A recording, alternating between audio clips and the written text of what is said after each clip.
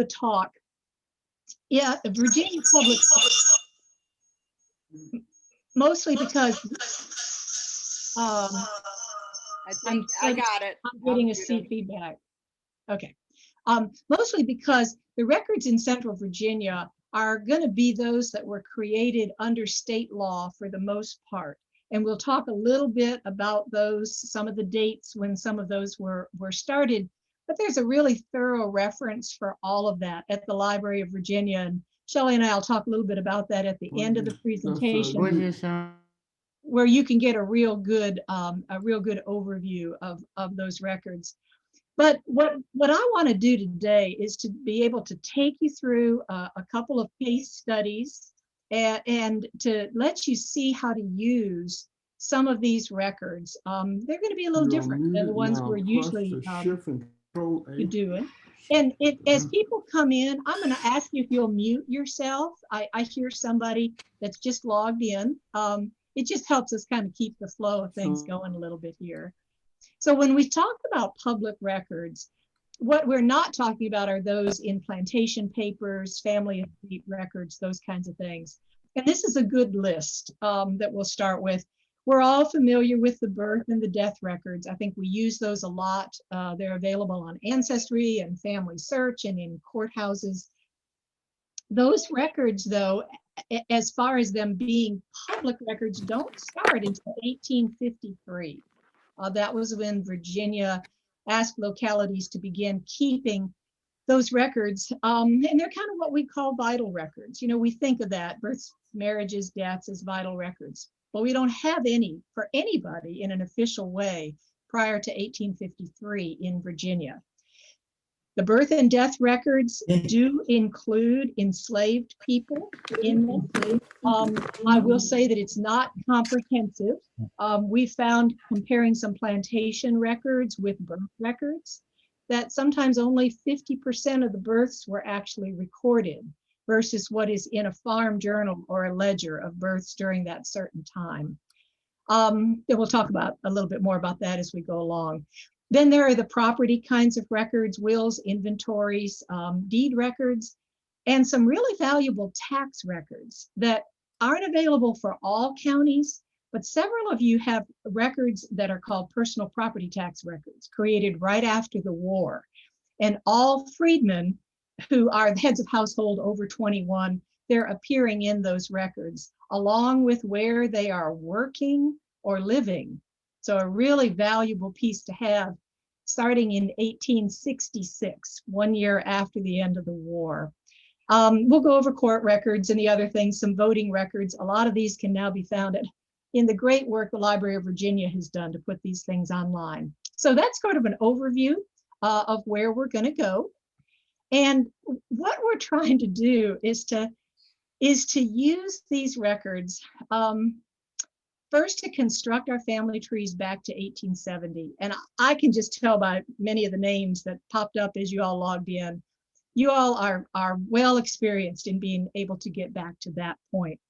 So the question is, how do we use these records to find people where they may appear before 1865, those people we found in 1870?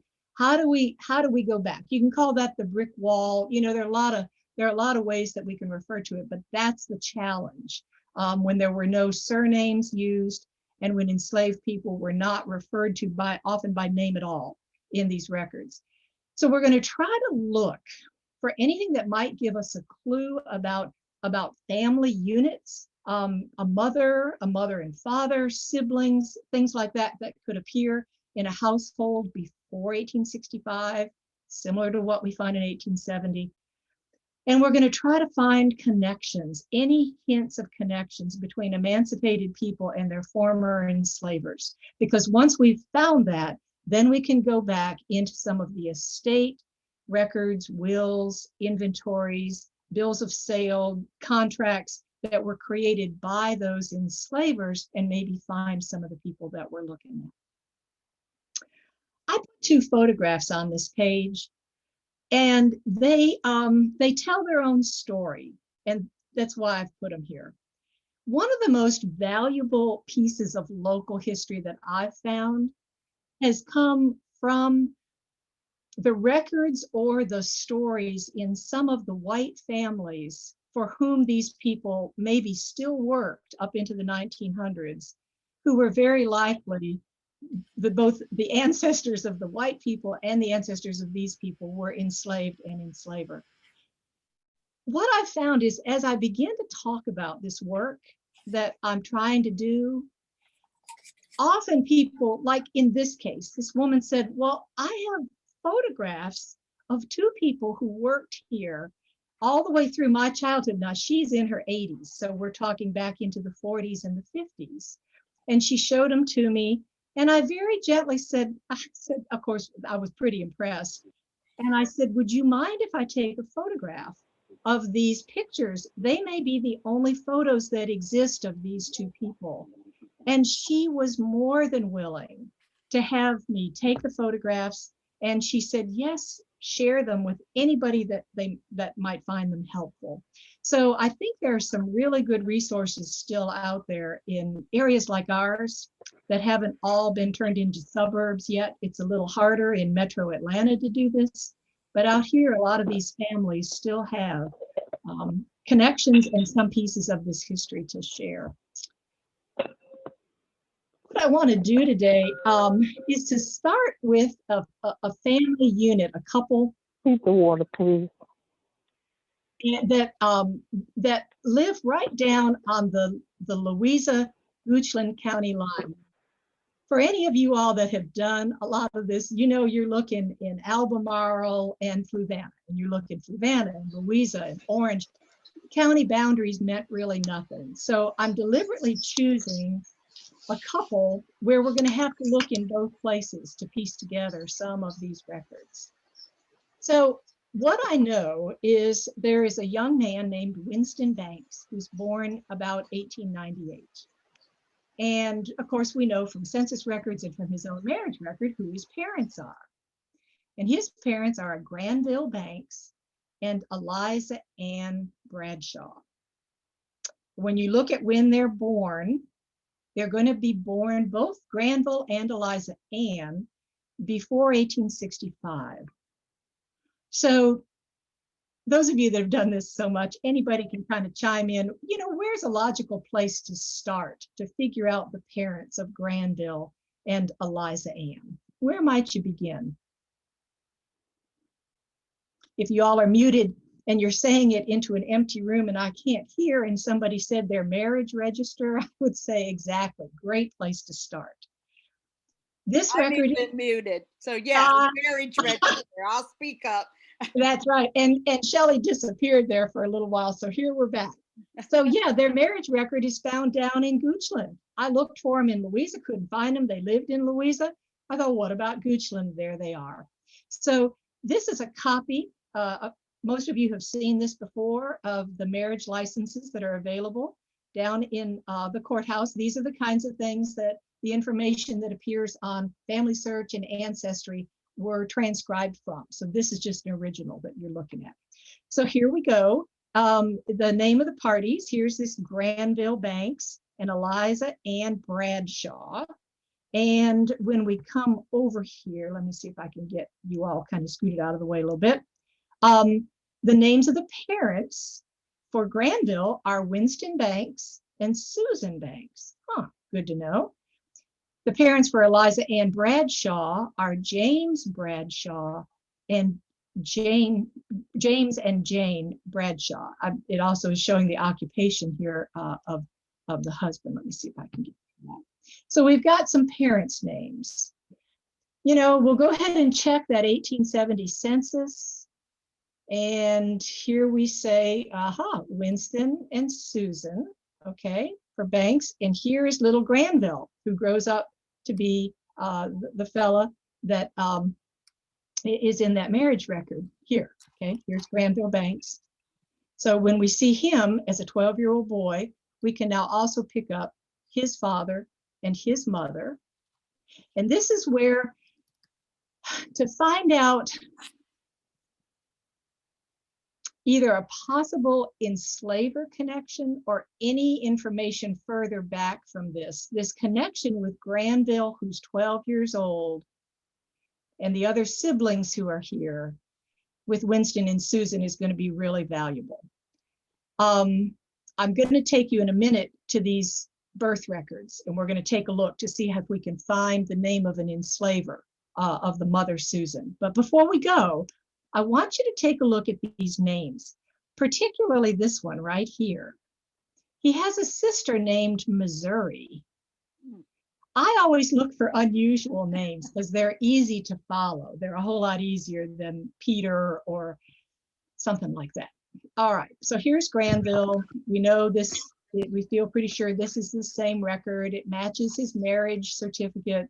You know, we're good to go.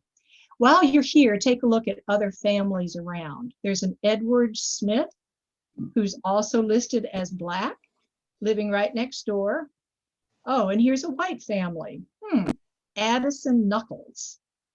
Could be that this Knuckles family might be an enslaver of these people. We'll kind of tuck that in the back of our mind as we go forward. So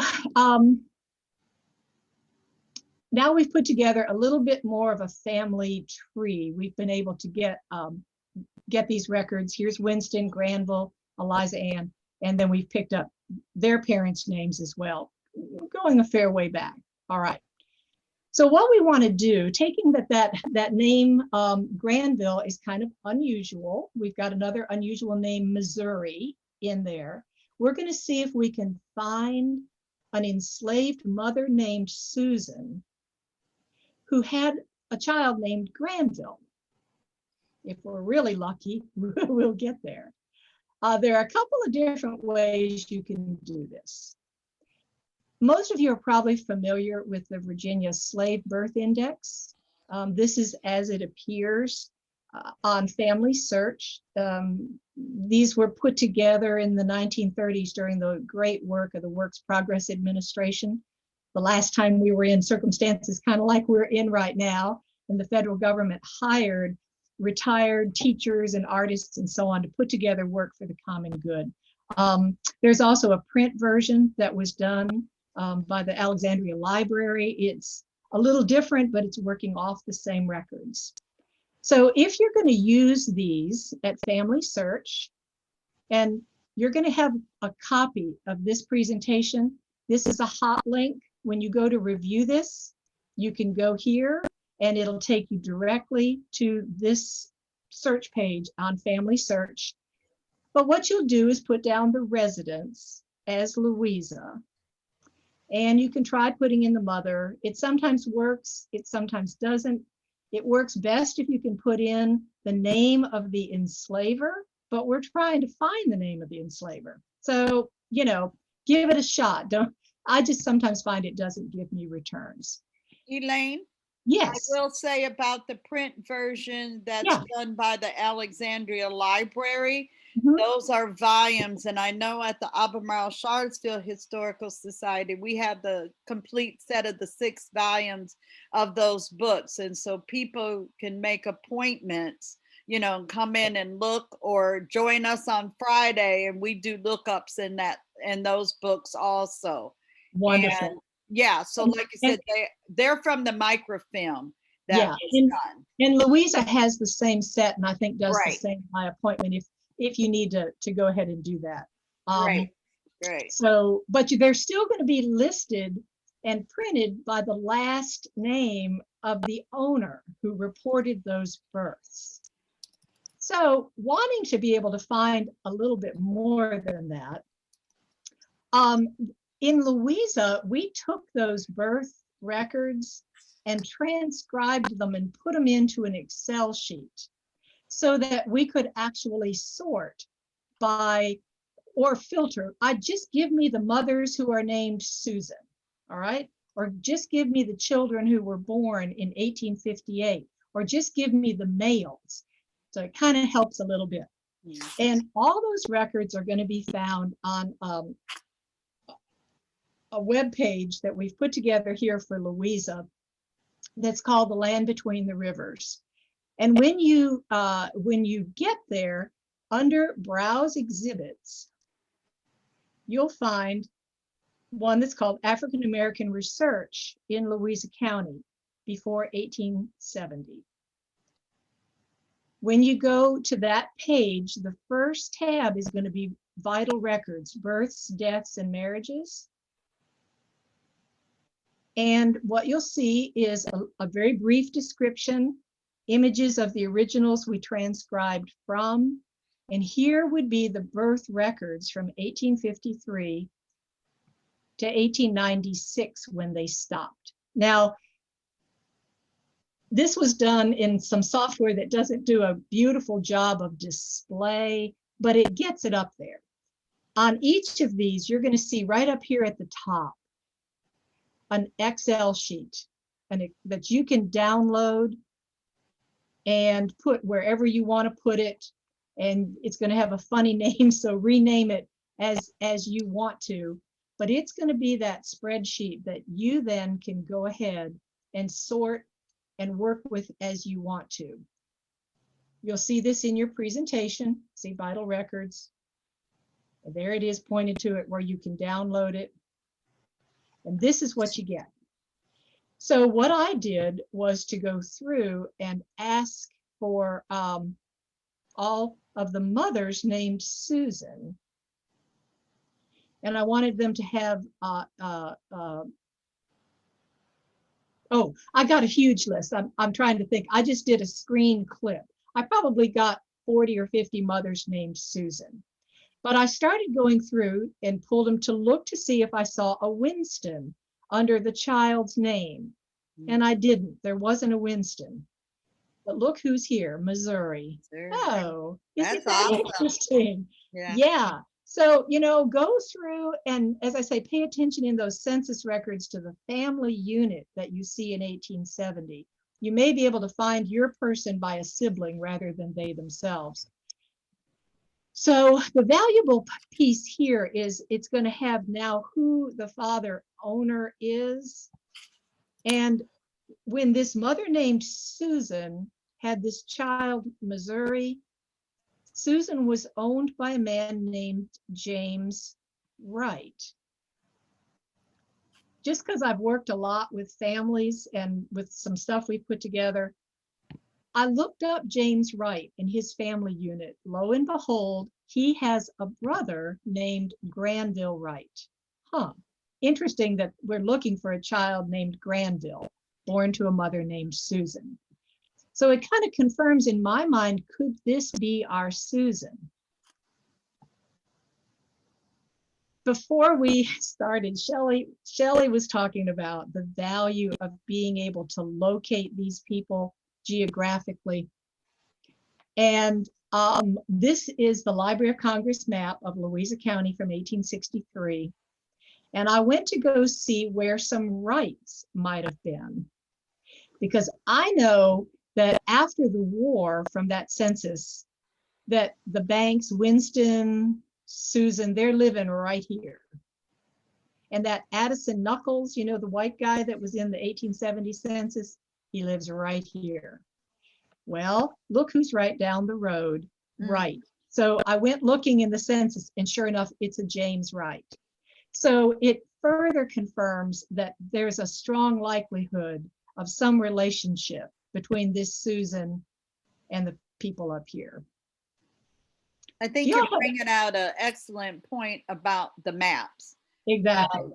In my research, and I'm sure folks in the chat room will realize, we can't do this African-American research at all without having a map and knowing that community. So exactly. I have a question. Is Old Mountain Road still named Old Mountain Road in Louisa? Parts of it are. This is actually now, well, interesting that you asked. This is actually 522. If you go over here to the link that's on this page, it's going to take you to a really cool thing. And I need to give full credit to Robin Patton, who was the person that kind of really grasped the value of being able to do this and geolocate. I'm coming down to where we are. Here we are, right, okay? And the Old Mountain Road. And right up here is where Addison Knuckles lived. And she did this overlay where that's all 1863 map, but I can slide it out of the way and see what's there now. Awesome.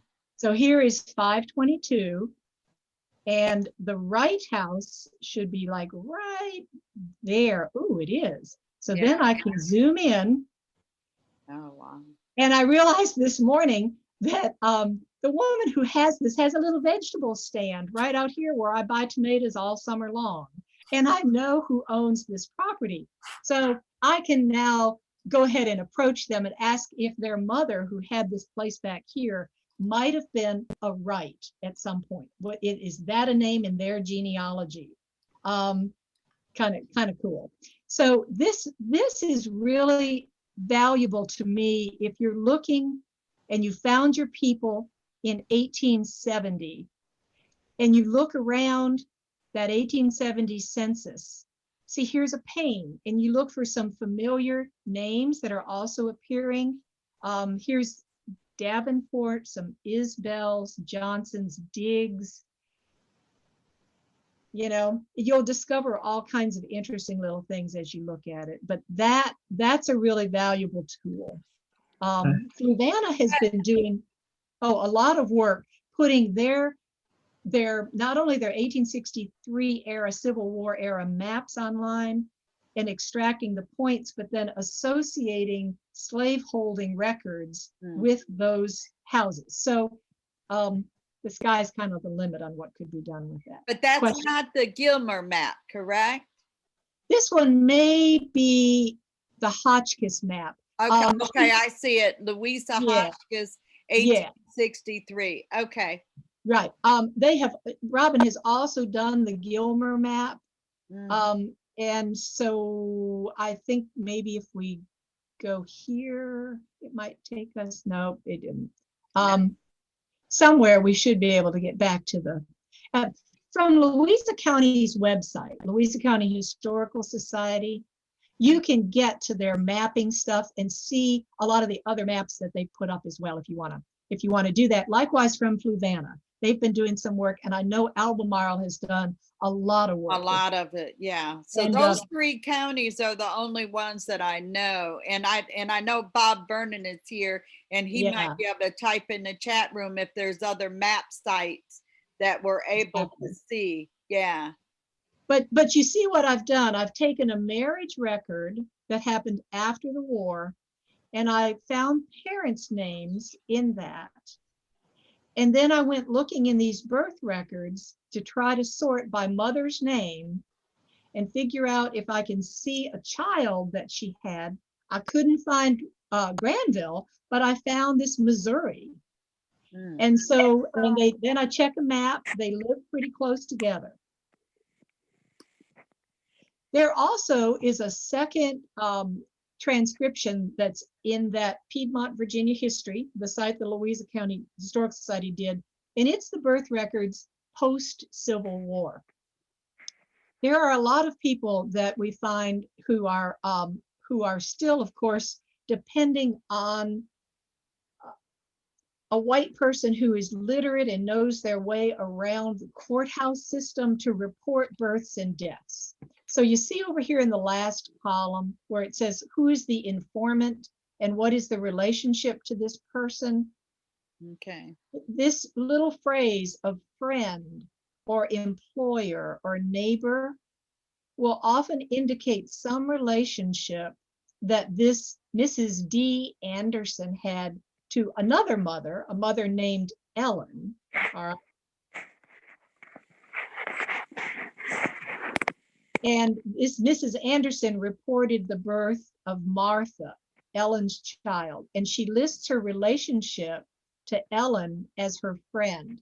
My bet would be Ellen is working for Mrs. Anderson, and she may have been enslaved by Mrs. Anderson, especially when we're looking at this record right after the war. So here are two other ones that are listed as friend. But in our case, when we find our Winston, all right, as the father of another child, this mother, Susan, our Susan, is reporting this information herself. So I don't know, what does that say? To me, it says that she is somewhat comfortable, at least by 1869, in navigating the systems that are kind of that are operating there. So we've covered the birth records, we've covered the maps. I want to take a look at another really valuable resource. And this is one that isn't available for all counties. It's these personal property tax lists. So before I go there, I want to look again at this 1870 census just to kind of orient us a little bit. And you'll notice down at the bottom, again, this Addison Knuckles, okay? If we look around the page behind, page forward, we may pick up another couple of white names that would be good to bear in our mind. We're going to go try to find these personal property tax lists. And it's going to be, again, at our Piedmont, Virginia history site. And we'll download the spreadsheet, just like we did for the birth records. And one of them is already sorted by the last name of the Freedman. But look who I find here, Winston Banks, Granville's father. And these are the years in 1866, 1868, 1870. They're living on the south side of the county, kind of think roughly Route 33 that divvies up through there. Sometimes it's the river, but usually it's 33. Definitely it's Winston Banks. Well, look at who his either residence, employer, or employment of male Negroes. You had to list the name of that person. This is a carryover from how records were kept on free Black people before the war. Remember, they wanted to know exactly where you were, right. That sort of a monitoring. So that habit carries over at least through 1869. By 1870, only the south side of the county has those, the north side doesn't. And after that, there's no listing at all for this. But this is in these first few years after the war, when people aren't quite sure how to handle and how to monitor these free people. For us as genealogists, it's a wonderful tool. Look, Winston Banks, he's working for these Knuckles people. Charles Yancey, that's the same guy as CY. JB is James B. Where are they? They're at Spring Hill. Remember on the map when I showed you that little community where Addison is living? That's the old plantation called Spring Hill. So that to me then is a pretty good indicator that these Knuckles records are where I might want to look to see if I can find any of their ancestors listed. And this is where you just drop back and find a good, well-documented family tree on this Knuckles family. So I took Charles Yancey Knuckles because he's listed twice, all right? I found that his father died in 1858. That's kind of close to the end of the war. I might find some useful names that are listed there.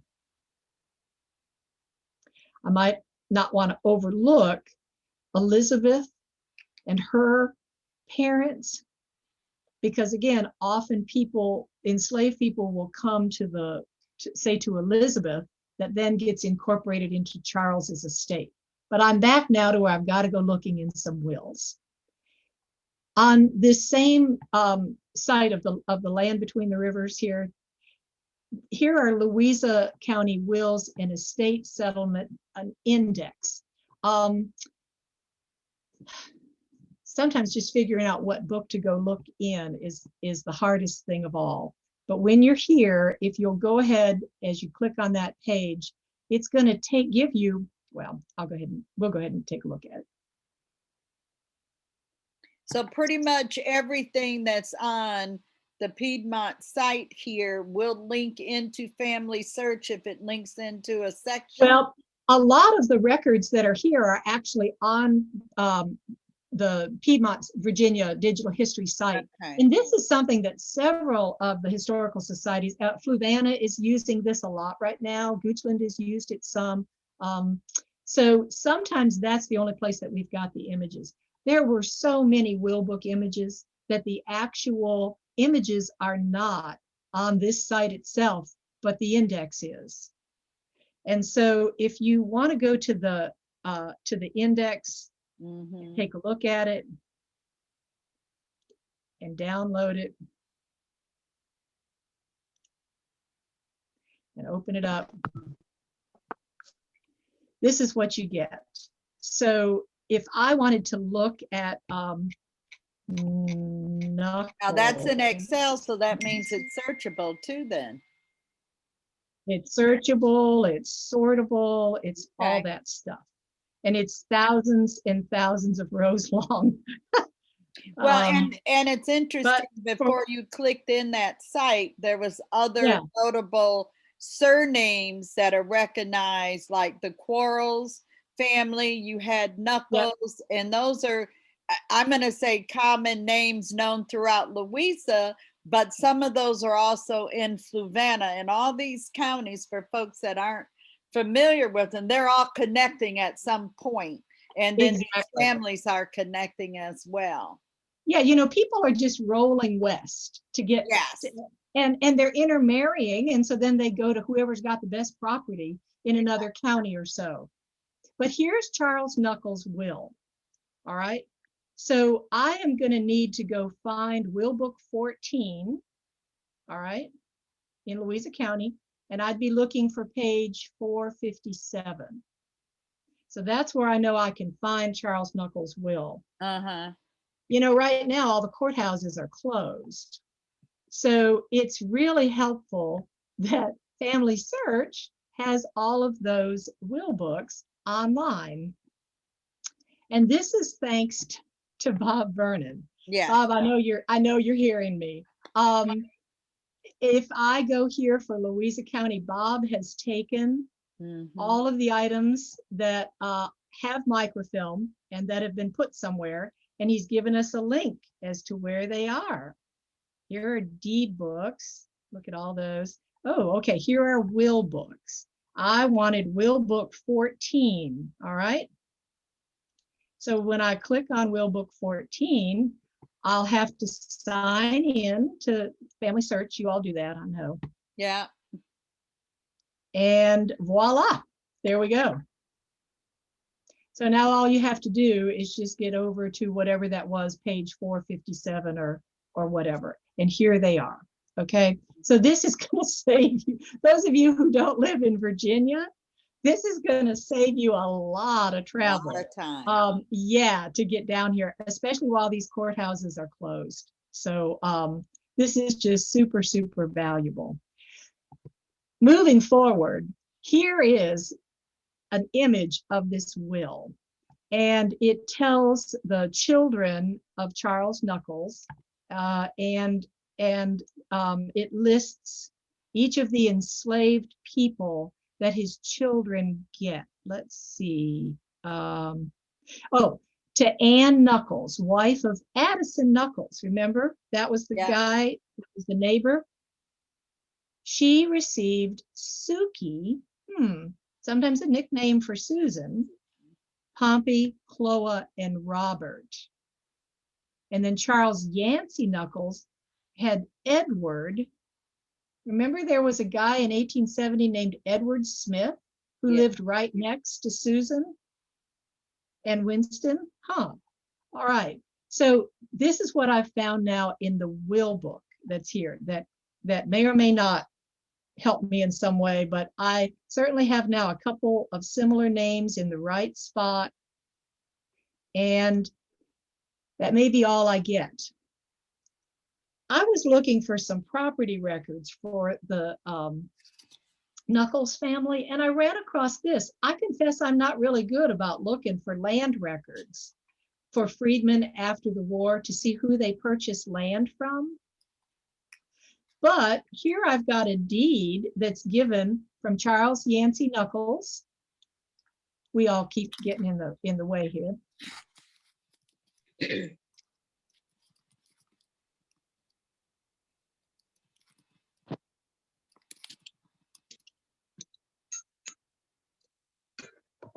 You're muted, Elaine. Unmute yourself. Yep. Okay, got it. Got it. So here is Charles Yancey Knuckles and his wife, who are selling to Susan Banks, the wife of Winston Banks, 25 acres of land. So to me, that further kind of establishes some sort of relationship that's going on with these people. And interestingly enough, there's also land that they sell to Edward Smith. So now living next to him are two people that they've sold land to. I have the name Suki and the name Edward that appear in their father's estate. You know, I would keep pursuing this back. I would go back another couple of generations.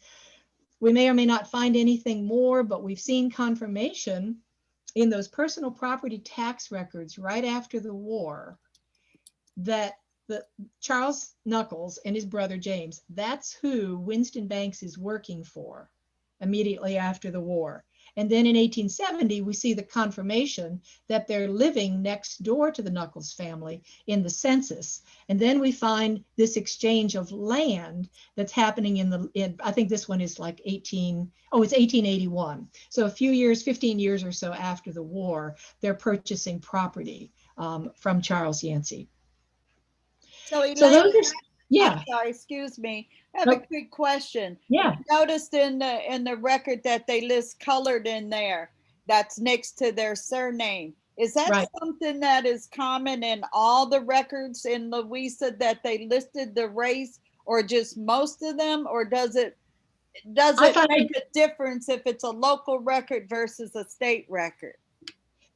Locally, I found it in most of them. Now, the marriage records and later the transcriptions of births and deaths, they don't note it after each name, but the whole page will be titled that. You have all the white marriages and 3 pages usually of that, and then you'll have a couple, 2 or 3 pages of colored, quote, colored marriages. So yeah, I think everything was pretty well delineated.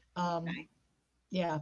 So just so folks know, I'm inserting the questions if you put them in the chat room.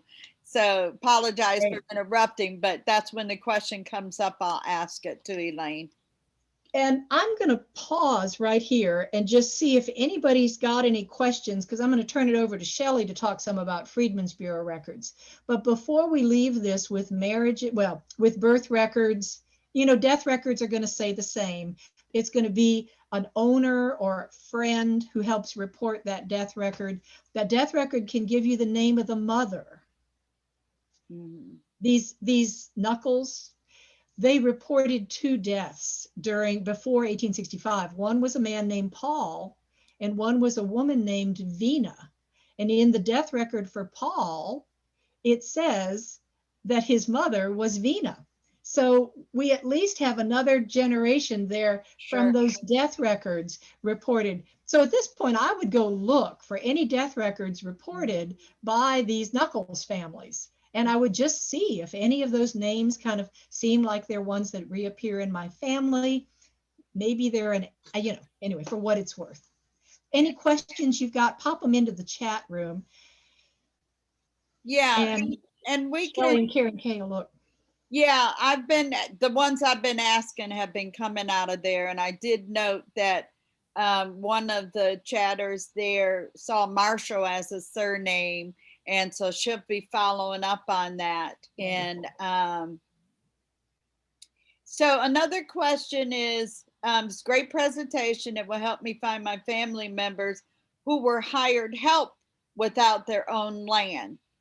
Yes, exactly. Especially if the records. Right, but only for those years right after the war. We won't get that information after 1870, but by then we get the census. So this is a tool that fills us in those first 4 years right after the war, those tax records.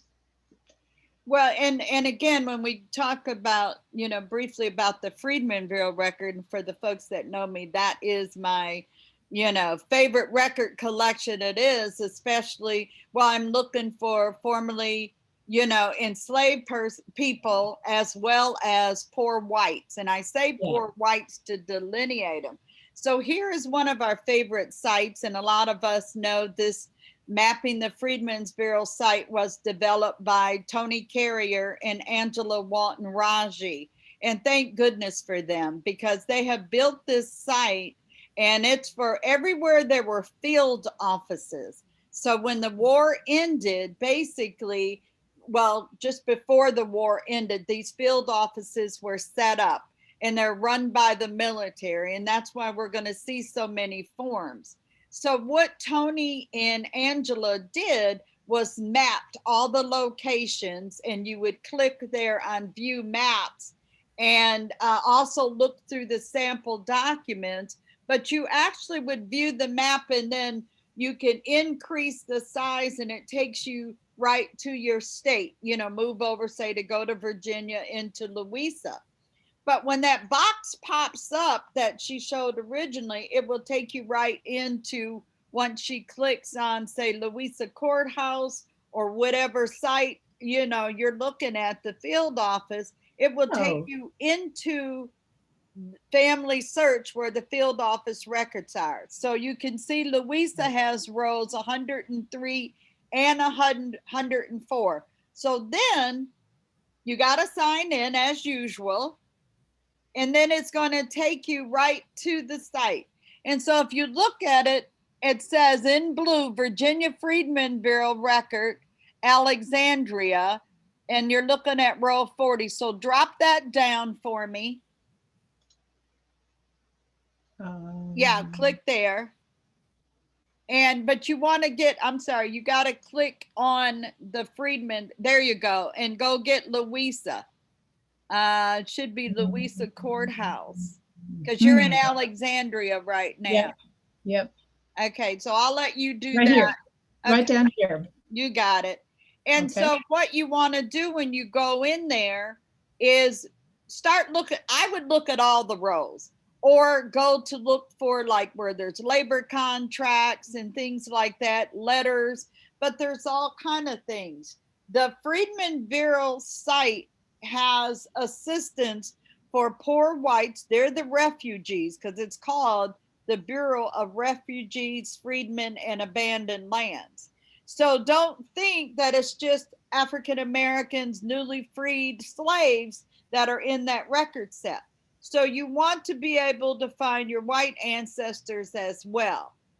And so what the Freedmen Bureau offered from 1865 to 1872 is transportation assistance, ration records. The ration records also included destitute or people that were disabled, elderly, indigent, and that were receiving government assistance could also receive rations, as in food and supplies. So what's amazing through here, and again, I do this every Friday, there's a group of us, and anyone's welcome. We do a Freedmen Bureau Fridays on Zoom on Friday nights at 7.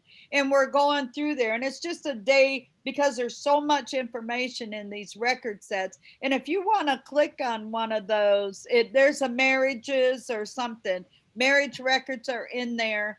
You want to first know what the descriptive pamphlet says.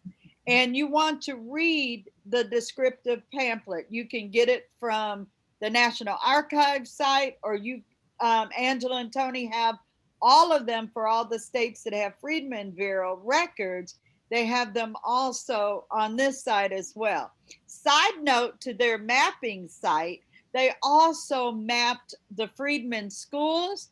They also mapped all the USCT battle sites. And what I mean by that is where the USCT, the United States Colored Troops, where they were involved in a battle. So that's also mapped, in a couple other things. She mapped the Freedmen of the 5 civilized tribes, where they were at, and also the bank records. And you see the little icon, the little red, like the field office, each of them, and you can see on the right-hand side, the other parts that were mapped out, and they have, each little symbol is different. Excellent resource. Go in, what's been amazing in helping me with the work that I do for the University of Virginia is that I'm looking at the record set that says, the Freedmen Bureau record that says, here's the person's name, I get their age, I get their location before the war. So then I know if they were in another county before they're in the county after the war. And then I could see the former slave owner's name. And it might also say, and kids, if the person had children or not. You get marriage records in here. And it was just absolutely awesome to be able to use this record site, because for that period of them becoming free and before they hit the 1870 census, I've got time, I got location, I got community. So you've opened up a record, and that's labor contracts is another use. Is that a written one? It is. It's between William Longan of Louisa County, okay, and Edmund Winston and his wife Betsy. So that's great. Oh, it's awesome. But yeah. Another one, and for another state, not just Virginia, each of the record sets have the same records for each of the states, but they might look a little different. So you got formalized looking labor contracts that says first party this person, and they're either the freedmen or they're listed as colored. And then the second part, which is who's hiring them, which most of the time, and I'm only saying most of the time, I don't want Selma Stewart yelling at me, but most of the time that could have been the former slave owner that is hiring the person they had enslaved. And now, because they're at the Freedmen Bureau, they're going to have to pay them for that work.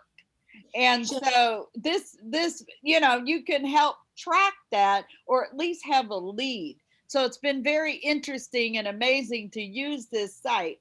There's also another opportunity here with this record set is to, if you don't find one, because we were looking last night and I was actually in Tennessee and there was no Freedmen Bureau record where my ancestor was at.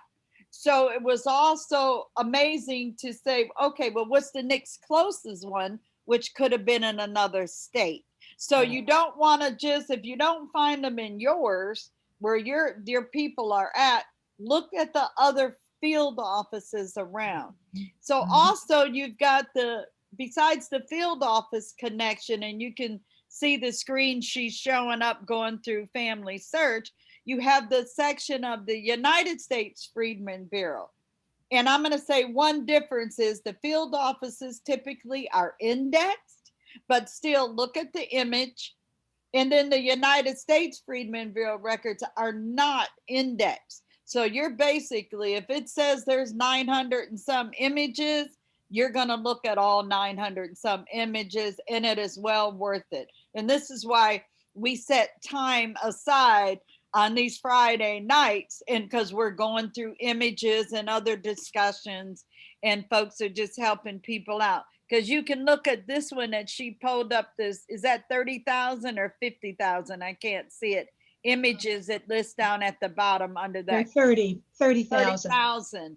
So again, you're looking at the United States Freedmen Bureau record, same time period, but they're just not indexed. In the labor contracts, again, we noticed that a gentleman, last name was Sherve. He did 9 labor contracts, and every one of them coming out of Albemarle County, that he's taken them, they're doing a labor contract, and he's taken them up to Montgomery, Maryland. We haven't figured out why, or he just had a plantation up in Maryland and had one in Albemarle, or he came down to Albemarle for some reason and and is hiring these folks. You also get court cases or hearings the Freedmen Bureau listened to and deals worked out. So that's another excellent site to use. Discoverfreedmen.org is Family Search's site that will take you also right into the Freedmen Bureau records on family search. And you scroll down on this page. A couple years ago, there was a national initiative to transcribe these records.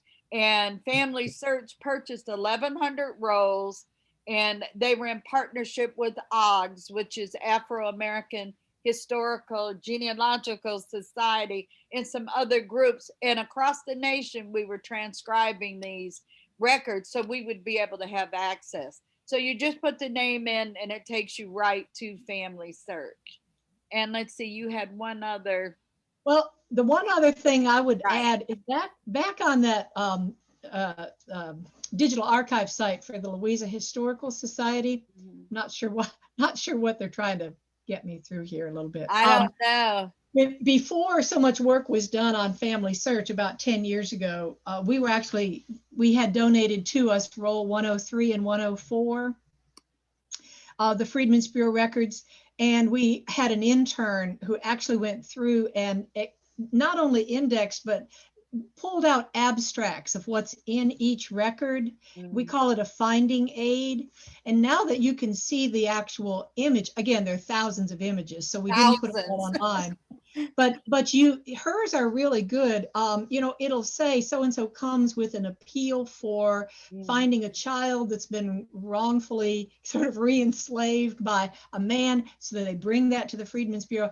It's a really good, thorough finding aid. So that is available for Louisa if that's where you're looking. Yeah. There also are some Freedmen's Bank records we've pulled out for people from Louisa and Goochland.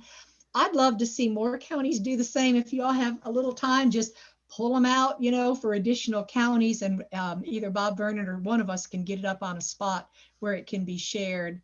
There also is, while we're here, the 1862 Special War Tax Book has indicated in it how large of a place each person listed in it has, how many acres, how many enslaved people, the amount of wealth. So if you've identified, say, Charles Knuckles, you're going to be able to look at his record in the tax book and get some idea of how many people were there, the size of his estate that's being farmed, and if he has a piano in his house or carriages, all those kinds of things can be helpful insights. We've also got the voter registration lists that we've pulled from the Library of Virginia and put them in so that you at least would find the ancestor there by name and have some idea of which district. And we've listed here, District 1 would be out in Green Springs. So it helps you to locate that a little bit more while we're there. Yeah, I will also say in the Freedmen Bureau records, we have marriage records as well. And you can go in and I remember looking up Nelson Price and he's 48 and they're in Louisa, and then the first wife, and of course we learned that after going through other records, America, and she's 46, and it says what their occupation is at that time, and of course where they're located. So that's another part of the Freedmen Bureau records.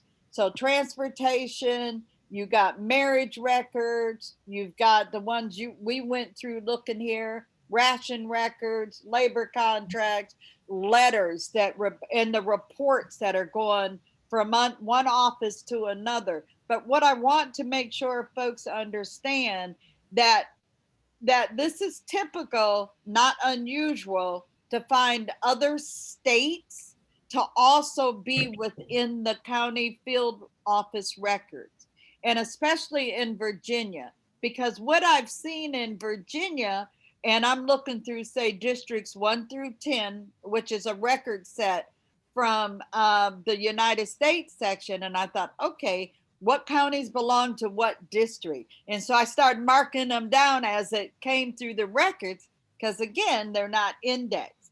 So another thing that I noticed was that there was North Carolina in there. And I thought, what the heck? Wait, here's Mississippi. So there's records that could be stuck in that record in the state, in the county that you're looking at. So don't be shocked. I have no idea why they're in there, because I was in Fluvanna County And I saw that one of the reports from a field office went to Gordonsville, which is another county. And then I saw another set of records that went to Richmond. And so those were either quarterly reports or different reports. That's why I think it's so critical for you to be able to read that descriptive pamphlet so you know exactly what's in there, because it's also going to identify those other state records. It doesn't say why, it just says what's in there. And Besaida had a question. Are the marriage records you're referencing in addition to the cohabitation records? Yeah, go ahead, Elaine. I'm Oh, sorry. my sense is they are the same. I mean, They're for the us, same. those records are transcriptions of what appears here in the Freedmen's Yeah. records. Shelley, can I add a little piece here? Sure. Just sort of interest story. One of the things that I do, because I know a lot of the names in Louisa, as I was reading through some of the letters from Louisa, I ran across one that just got me. A white man down in Georgia, wrote a letter to the Freedmen's Bureau here. And he said, I'm writing on behalf of a woman named Easter Clough, who has been with me now for about 6 years. I purchased her in Charleston, South Carolina, and brought her here. She's very anxious for word about her family, which is still in Louisa County. So I started looking. I had worked with some people who had Easter Clough in the tree, but if not, you could have done a search for anybody looking for a woman named Easter Clough, because they had her listed in these trees as their immigrant ancestor. And she had her place of birth listed as Africa. That's pretty cool.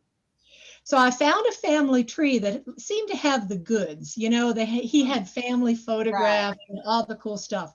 So I emailed him and asked him if he had seen this letter. And it began this incredible exchange as he shared parts of the family's story. I shared this letter with him. It's now part of what he has up there on this well-documented family tree that others will find. Awesome. So I say that to say, you know, if you get engaged with one piece that you see, a vignette in these Freedmen's Bureau records, do a little pursuing to see if you can get it to somebody who's looking for this family member.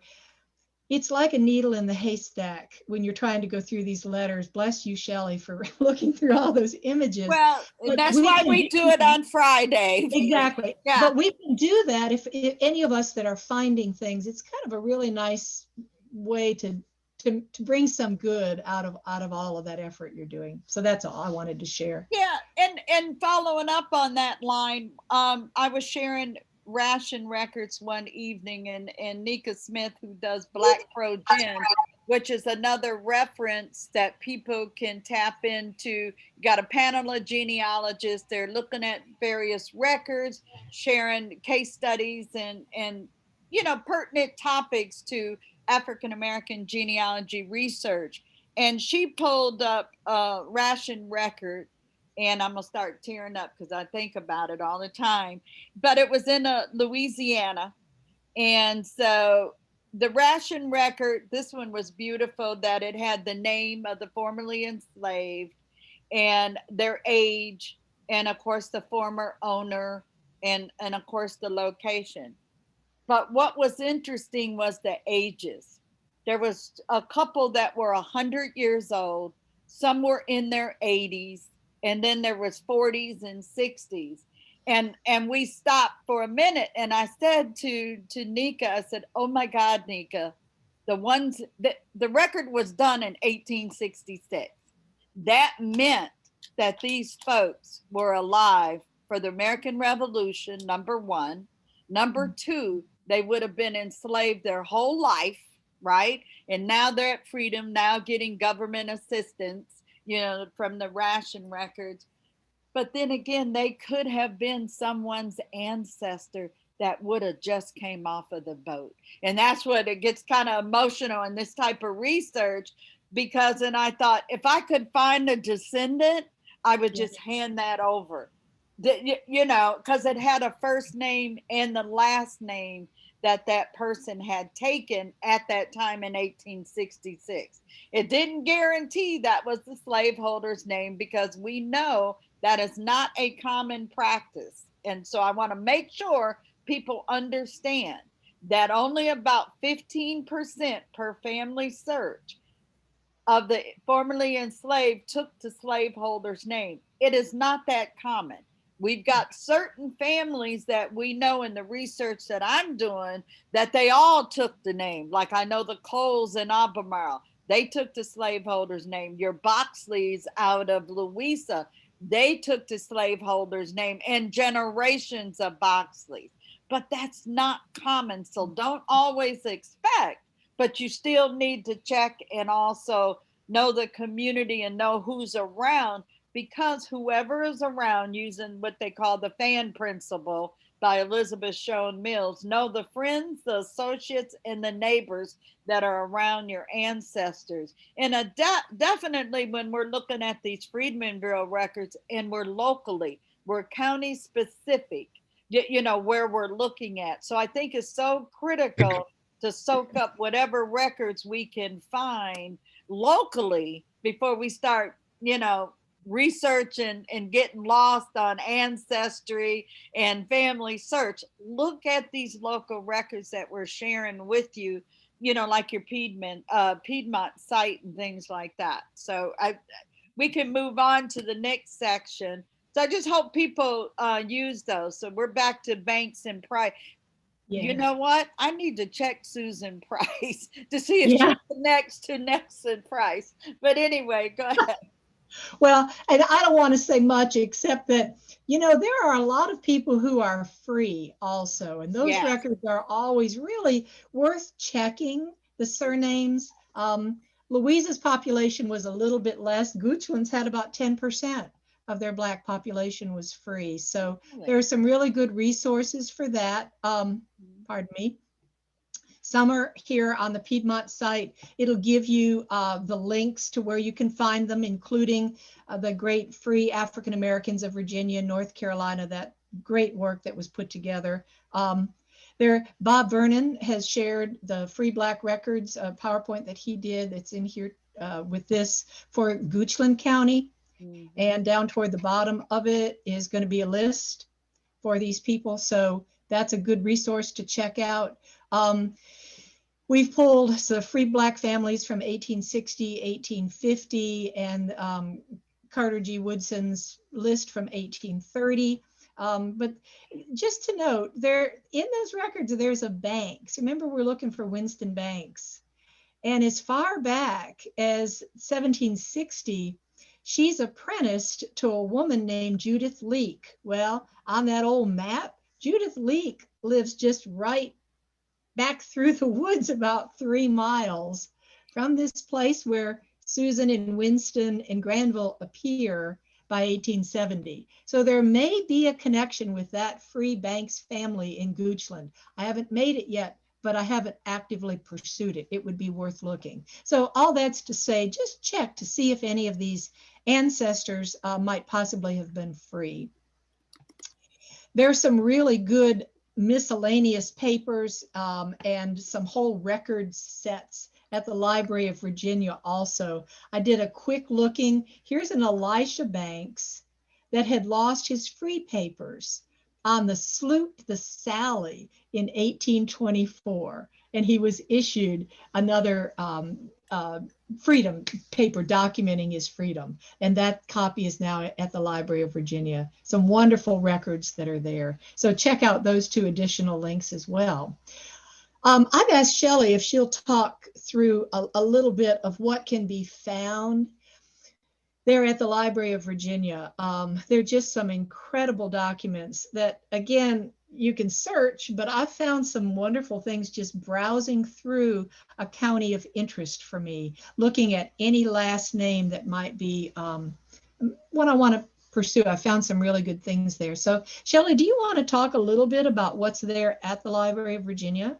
Sure. And I'm going to share a question that was in the chat also referencing back when I made the statement that basically most formerly enslaved did not take the slaveholder's surname.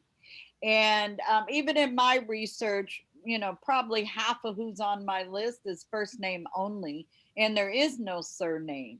But when newly freed slaves get to those field offices and they're asked these questions, you know, they have the opportunity to give whatever surname they want, whatever surname they choose. I'd like to think that some of them would have taken maybe a former slave owner's name because they had other family members that might have been enslaved at that plantation. Or it could have been where their mother or their father were at and they took that slaveholder's name.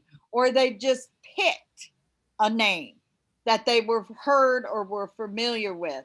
And I what I put in the chat was that I've only met one white Washington in my lifetime. And other than that, I don't know, I only know Washingtons that are African Americans. So that's another indication they had a choice to take that surname that they wanted to. And some of them did take the surname because they had family members that were sold off, and it might have been a way to reconnect, you know, back with them. So I'll move on from there if there's other questions. And again, I think of Washington and the Jeffersons. Doesn't automatically mean you connect and you got DNA from George Washington or Thomas Jefferson, because again, look, I'm a Murphy. What, you know, there's not Murphys in Africa. So that Murphy name came from somewhere. I don't know if it's enslaved. I don't know where it came from, except the history over in Ireland. So of course, somebody or someone took on this surname. So looking at the African-American records that are at the Library of Virginia, located in Richmond, and they're open by appointments only. And I think they do 2-hour spans. But you look at the Virginia memory, and then within Virginia memory, you're going to have all the tip sheets that Elaine is showing right now, but you can also look at the different records that are in there. So it could be cohabitation records. There's going to be the collection by the county, or you can put a surname in there. You can also find the collection called Unknown No Longer, and look through. Okay, she dropped down the list. If you go back to that, people could see that list again to see what record types that are in there. Indentures, petitions, right? Deed of emancipations. And it's unbelievable what's there. Chancery Records is another record set where you got two parties trying to hash out, and I'm saying it this way, not a formal way, two parties that are hashing out, which also will list all the names and surnames that are within that document. And a lot of them, the whole lawsuit in the Chancery Record is actually up on the database that you can actually walk through page by page. And what they also list in a Chancery Record are surnames and names, but they break out who is enslaved and who's not. And so you can also find, and that helped me a lot when I was resolving trying to find the descendants of Nelson Price. And I was able to find him in a Chancery Record under Richard Price, and so on and so forth. So you get a glimpse at the actual documents that are scanned up. You can search by county, and that first one was a list of slaves and free persons, and Elaine's pulling it up. The Untold, also, you're looking at the different collections, surnames, names, record types. So it is worth it to visit the Library of Virginia if you're doing any research in the Commonwealth of Virginia. And also, don't forget, you got all of West Virginia that was Virginia prior to June 20th, 1863. Same thing, another hint type thing, and I think it's on the site, but you also want to know the movement of the counties. I researched Loudoun County. Loudoun County did not become Loudoun until 1757. So if any of the ancestors that I had, say, were born, prior to 1757, I need to go look in Fairfax County because Loudon broke off from Fairfax in 1757. So again, she's got bill of sales, colonizing, cohabitation registry, free Negro registration, a freedman's contract. And one of the things we talked about last night at Freedmen Bureau Friday was talking about transcribing records. And there's a few folks that are probably in the chat room that are transcribers. That is another way of helping entities like the Library of Virginia. The more we can get transcribed, the more records we're going to have up on their web pages that we can search. And so that's a volunteer method. So I'm throwing that out. So again, the tip sheets, please read through them. And we're going to be transcribing some records on some Fridays, at least for an hour or so, on our Freedmen Bureau Friday to donate some of our time during Black History Month. But I would encourage folks to also do transcribing for any Family Search does transcribing. The National Archives are transcribing. So I'll let you go on to the next on chronicling America and Virginia and slave runaway ads. Yeah, these are just, these wonderful sites. This one's at the Library of Congress, and then here's the Library of Virginia, chronicling America. And, just search with a bunch of different terms. Try by locality, try runaway, try whatever words might give you some of these, but you'll get a lot of ads that sometimes they'll use a last name. If an enslaved person goes by a last name, they'll list it. You could search by a person you might think might be the enslaver and see what ads, if any, might be printed in there. You also get a really good sense if some of these people who are enslavers are a part of, say, the committees of safety, I think they're called, in the 1840s and 1850s. They're kind of the anti-abolitionist societies. You'll see the names of people appear in the ads for the meetings for these groups. It just kind of, again, fills out a little bit your sense of your understanding of the people involved with this. The beauty of any of these runaway ads is they're also giving a pretty nice physical description, just like the free register will. It'll mark if there's a scar, the approximate height of a person. So those are in there as well. Then this one is called informationwanted.org. And this is the ads that were put in after the Civil War. And sometimes they go all the way up to about 1900. And you can just go ahead and search the ads. This is as people are looking for lost family members.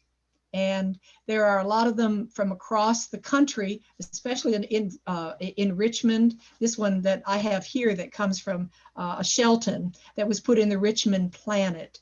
And he's looking for his daughter, Rosa. And it says where Rosa was born, in Goochland County.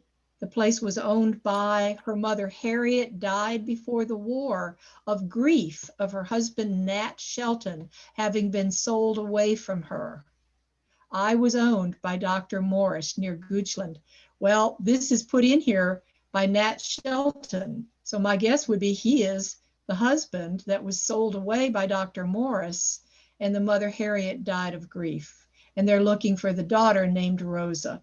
So if this is in here in the mid to late 1800s, so like 1880 to 1900, if you know a Rosa Shelton's in your tree, or you know a Nat Shelton is in your tree, just take a check at this Information Wanted. It's another one of those great websites that are beginning to be put up. I've put here a link to, again, this great site we looked at for Louisa that Bob, thank you for having shared with all of us. Bob did say he's not sure how long University of Virginia will continue to hold this particular page right here.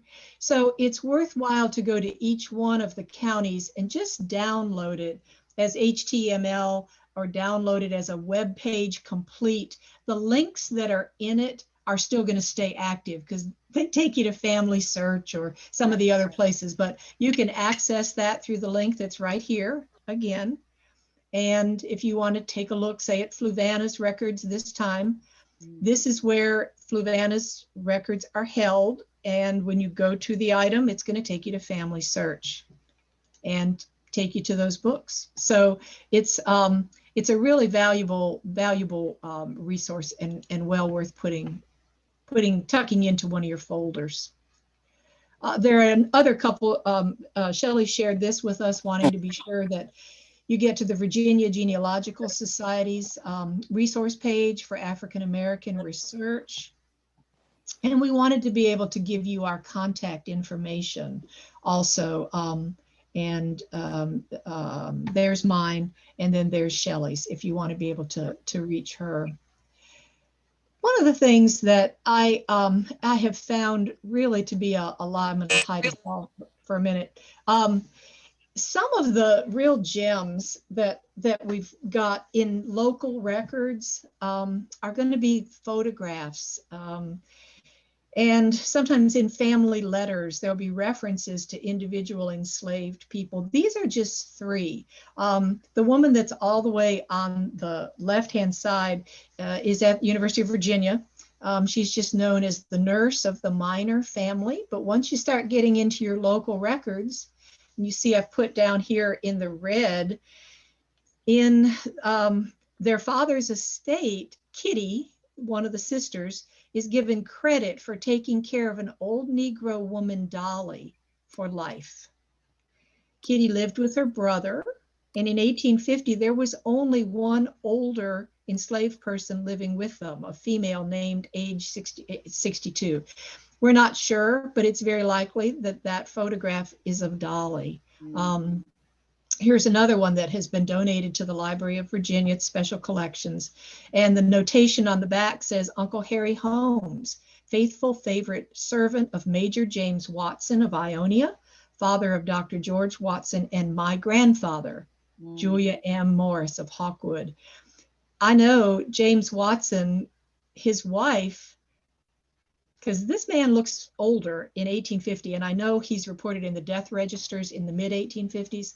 James Watson's wife received a young enslaved boy named Harry from her father in 1797. Wow. Is it the same Harry? I'm not sure, but it's possible. Yeah. So these are local little jewels. This one of Barbara Tinsley is a photograph that's still in a private collection, but the family has been so good about wanting to be able to see that these photographs and the records are up there for groups just like are met today, all of you all, and family members who are looking for them. And it's only in the family papers where there's an 1850 list of people who are enslaved by the Watson family that we see Barbara listed in with her parents, a Martin Johnson and Martha Johnson. They appear as in the Freedmen's Bureau marriage records without her name, but from this list within the family papers, we see that she appears. So, personally, and Shelley and I talk a lot about both of the particulars of the work that we get so engaged with, but there's a larger picture too, I think, in what some of this work can do. As we are looking with all of these records, there's a real opportunity here to be able to have some of the people who are holding these records, these photographs in these private collections, to be able to share them, kind of part of this truth-telling, healing sort of thing that we do. I really found this when we were doing African-American burial sites. And we asked permission to be able to go with the current property owner. Very often they wanted to go with us to the site. And on that holy ground, you're beginning to have conversations about people whose lives were lived and all that's left is a sunken place in the ground, maybe with a field stone, and you can toss out little things like, boy, don't you wish you knew more about them? And I had a conversation, that very one, with a woman who still lives at a place that was owned by her family in the mid 1800s. And she said, well, I've got these photographs on the wall. These are the man and woman I started with at the beginning of the presentation. And when I asked her if she'd mind if I shared that, saying that this may be the only photograph that exists of these people, she was so enthusiastic and saying, oh, yes. And now she's gotten engaged and she wants to know. She has me doing some genealogy work on Violet and Elijah. You just never know what bridges can be built with this. And if you find that your ancestors may have been enslaved by someone and that property still exists, if there are relatives there that you feel comfortable reaching out, I've just found that there's a real openness and desire right now to be able to talk about this shared history as we move forward. So that's about all I really have to say. We've got some time we wanted to save for any Q&A. So Shelley, I guess I'll open it up to that and you can see what people want to put in the chat room. And okay. Shelley is notorious for staying as long as anybody wants to hang on and talk. So well, not totally today, because I do have a 1 o'clock with some possible descendants. So I'm good. Just to share with you some of the work that I'm doing for UVA is I'm locating the descendants of the enslaved laborers who basically built the University of Virginia. And I always say for TJ, which I'm speaking of Thomas Jefferson. And so my goal is connecting these Central Virginia families, Louisa County, Fluvanna, Albemarle, Nelson, Greene, and I even creeped into Buckingham and Culpeper, Fluvanna, of course. And I also want to say that if you have any connections into Central Virginia, any of these counties that we mentioned, please make sure you contact us. You got the historical societies here, and we've got also Fluvanna Historical Society. I know one of the members, the volunteers that's there, is also in the chat room. But also, if you have African Americans that could have been free or could have been formerly enslaved, don't forget about Paul Heinrich's work and his book, Free African Americans, and go into the Virginia site. And, you can get it online. Online is most up to date. There are volumes of his books you can get on Amazon. And Bob Vernon is saying that he does a great job reviewing apprenticeships, indentures, and those type of activities that were going on during, slave era time. And so we also have folks that are pinpointing specific surnames in the chat room, and like the Cosbys, Jacksons are heavy in Louisa, and we had a discussion about that the other day. The Sheltons and the Bakers that are in Louisa. So there is a Rosa that's in the chat that she says she's looking for those. My suggestion, Rosa, is to always go to the Historical Society's page and also link to the sites that we've shared here. Or if you saw one of those names in a slide that I showed, yeah. I'm probably working with that family. So feel free to email me. That my email is in the bottom of the presentation. Yeah. And likewise. And for me, for contact on me also, I have a Facebook page that is called Finding Enslaved Laborers at UVA. I will be pinning up, and I say pin post, for the next couple months of the Freedmen Bureau Fridays at 7 o'clock. So it's basically the same link every Friday, but it's a pinned post on the Facebook page. And that's how you'll be able to join. We're there to share information. We're there to learn. We're there to help each other. and just enjoy not sitting by ourselves going through hundreds of pages. And also think about joining these historical societies or the Afro-American Historical Genealogical Society groups. We have chapters throughout Virginia, which is Greater Richmond. You got the Hampton Roads. You got BBS, which is Burke Brown Step in Charlottesville. And you also have Pittsylvania, and I'm going to say Danville, Pennsylvania. And then we also have a group called the Middlesex.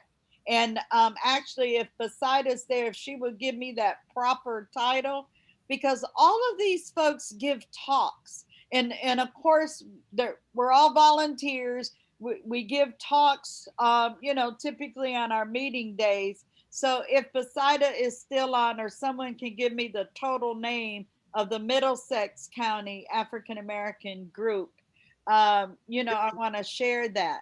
Jean had a question about, somebody answered. Loudoun County is Northern Virginia. I'm sorry, Besida. Hold on. Go ahead. Okay, it's Middle Peninsula African American Genealogical and Historical Society, which also includes Northern Neck and everywhere else. Thank you. And what did I say? Middlesex? Middlesex, that's Middlesex too. That's one of the counties. Which is interesting, because all of these projects, either the Historical Society or these genealogy groups, they're connecting. We've got common surnames that we are seeing. And I know that Boxley family left Louisa and went to Halifax County. So now we've got a connection there. And I think Marquita is here, and we're seeing these connections and the same surnames. And it could have been that they were enslaved during that time that is connecting these, or it's after they became free and they're still in the same location. So I'd like to think of genealogy about time and place, and then us as researchers asking questions.